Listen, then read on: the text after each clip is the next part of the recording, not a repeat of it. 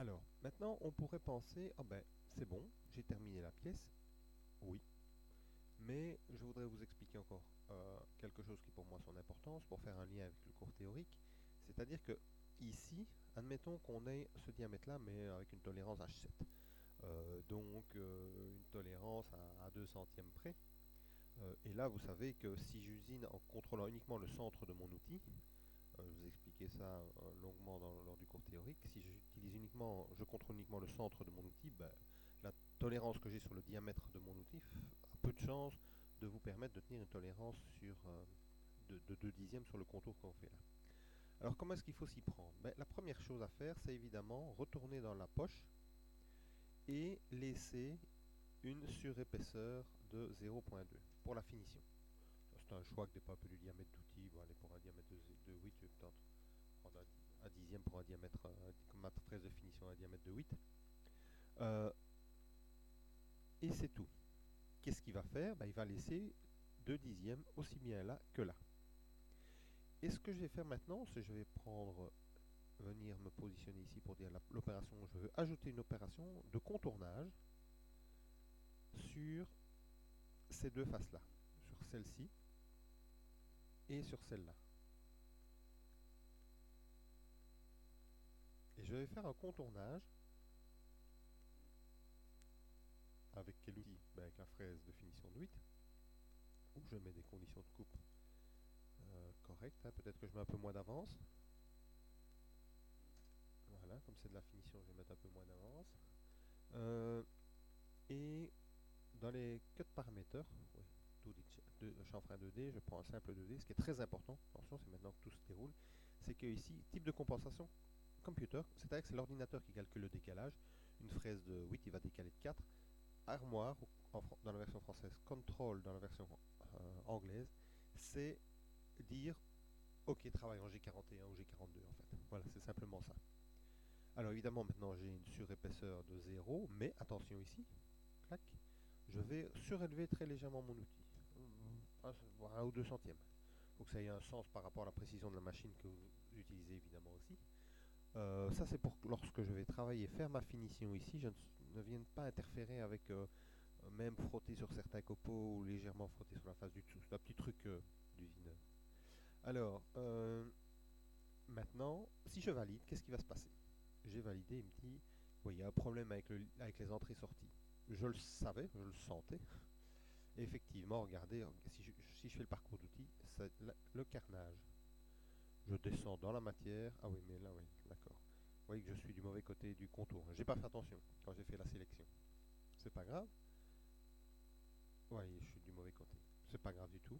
Ben, je retourne dans mon opération, ici dans ma géométrie, et je peux changer de côté. Donc là, je serai bien du bon côté. Le problème, c'est que là, je serai en avant et là en opposition. Parce que j'ai une seule chaîne et avec deux boucles. Est-ce que je peux faire? Oui, je peux le faire par boucle. Donc là, sur cette boucle-ci, je dois faire un reverse.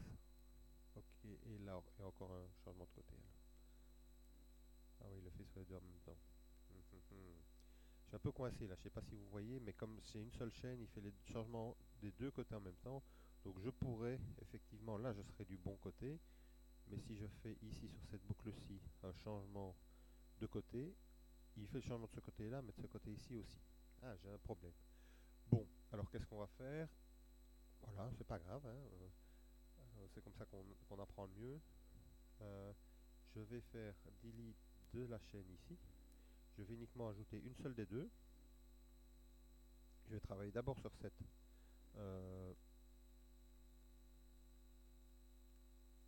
Voilà, là je suis bon. Je vais uniquement faire le travail sur ce contour intérieur. Et j'avais des problèmes avec mes entrées-sorties, vous ai-je dit. Donc j'allais voir dans les entrées-sorties. Alors je vous ferai peut-être, si vous posez de nouveau la question, je vous ferai un petit commentaire parce que c'est un petit peu délicat. Il faut prendre les entrées, il faut prendre sa compensation, il faut prendre sa correction. C'est quelque chose, bon, dans le cours de CNC qu'on vous explique. Donc ici, ce que je fais, moi personnellement, je prends une ligne droite qui est tangente et qui est un tout petit peu plus grande que le rayon d'outil. Je suis obligé de prendre, donc si mon outil fait 4 de rayon, je prends 4.5. Ici, un angle de balayage, je franchement, je peux prendre un angle de balayage même de 30, ça me suffit. En entrée et en sortie. Comme ça devrait bien se passer. On va voir. Je referai le commentaire au cours, hein, parce que c'est un petit peu plus compliqué. Voilà, ça a l'air d'être pas trop mal. Ah oui, non, parce que je suis... Pourtant, j'ai dit que je devais être tangent, oui, c'est bien tangent. Donc on va voir ce que ça donne en simulant ceci. Donc je descends. Ouais, là je ne touche pas. Je suis très proche. Hein. Je déplace moi comme ceci, puis là-bas. Ouais, c'est pas génial. Ça fonctionne, il arrive à prendre sa compensation, mais... ah oui, voilà, c'est l'overlap que j'avais laissé. Voilà, c'est ça qui me pose un problème, l'overlap que j'ai oublié, que j'avais mis pour la première fonction. Et que j'avais laissé... Enfin, c'est pas que j'avais laissé, c'est qu'il garde la même. Voilà, ça j'aime beaucoup mieux ça. Comme ça, il n'y a pas de recouvrement.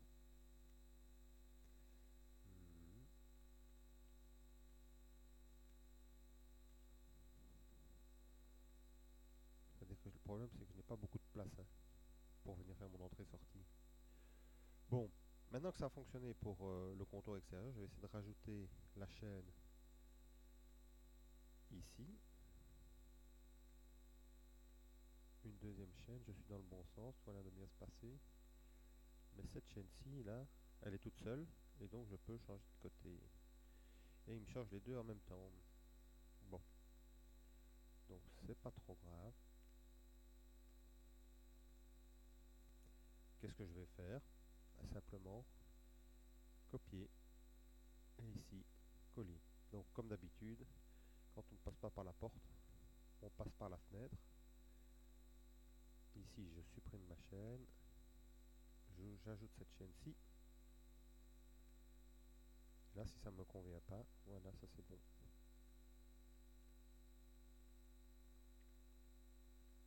Alors on va un peu regarder ce que ça donne. Je vais faire une simulation ici. Donc il faut évidemment que ça descende. Là je descends dans la matière, ça ne va pas, il faut que je change mon entrée-sortie. Alors oui, que je vous explique. C'est pas négligeable ça. C'est que quand vous avez... Ah oui, là il va se mettre de l'autre côté. C'est les changements que j'ai fait tout à l'heure. Je vais finir par y arriver. Donc ceci, en bleu, c'est ce qui est programmé. Et en rose, c'est le parcours du centre de l'outil. Parce que je vous rappelle que c'est vraiment la preuve qui travaille bien en compensation de rayon. Alors que si je prends celle-ci, ben là j'ai le problème qui rentre dans la matière. Hein. Alors, qu'est-ce que je vais faire? Je vais rallonger un petit peu la ligne. Je vais mettre 6 et je peux peut-être corriger un peu à 45. Je vais faire la copie, voir un petit peu comment ça se gère. Voilà, là je ne devrais pas avoir de problème. Là je vais bien descendre hors de la matière. Voilà, là il n'y a pas de problème.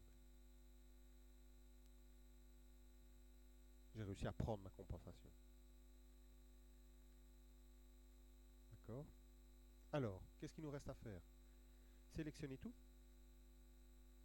et aller dans notre simulation.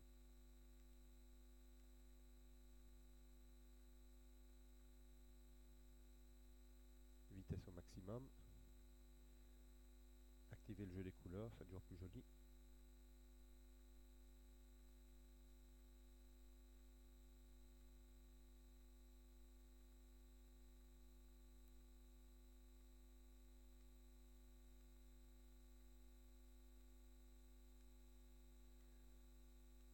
Verify, compare. Vous voyez que chaque fois que je relance le logiciel, bon, il y a certainement moyen de sauvegarder à ça. C'est toujours la même chose. Ouais,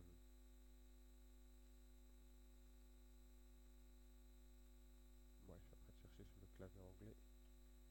Le moins ne fonctionne pas.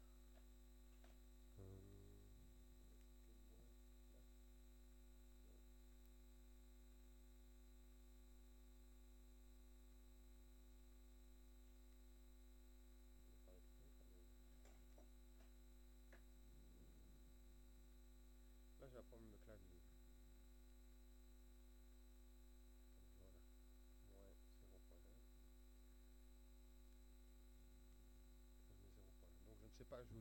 train de vous dire que je ne sais pas comment on fait pour sauvegarder les modifications que je fais ici. Donc c'est un petit peu, il faut chaque fois recommencer. Certainement moyen de sauvegarder ça quelque part, hein, mais je ne sais pas où. Alors maintenant, quelle précision est-ce que j'ai ici? Est-ce que je sais commencer à les regarder si j'ai laissé 3 centièmes? Ça, je ne suis pas certain. Alors, tout est vert en ce qui concerne mes usinages. Ça, c'est pas mal. Alors, pourquoi est-ce que c'est rouge ici? Pourquoi est-ce que j'ai pris trop de matière? Je vais vous expliquer pourquoi.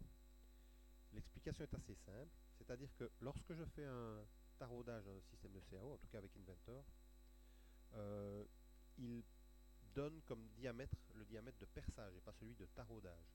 Donc ici, si j'ai percé à 6, j'avais un taraudé à 6, j'avais un trou de 5. Donc ici, comme j'ai taraudé après, j'ai passé un outil de 6, il trouve qu'il y a un millimètre de jeu en trop.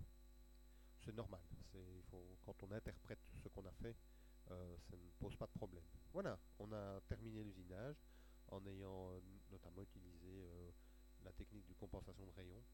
Donc voilà, ceci est terminé. Maintenant, c'est clair que dans le cours, je donnerai des informations complémentaires. Vous n'avez pas vu tout ce qu'il fallait voir pour faire le projet que je vais vous donner. Mais là, on en discutera au cours lorsque vous aurez des questions.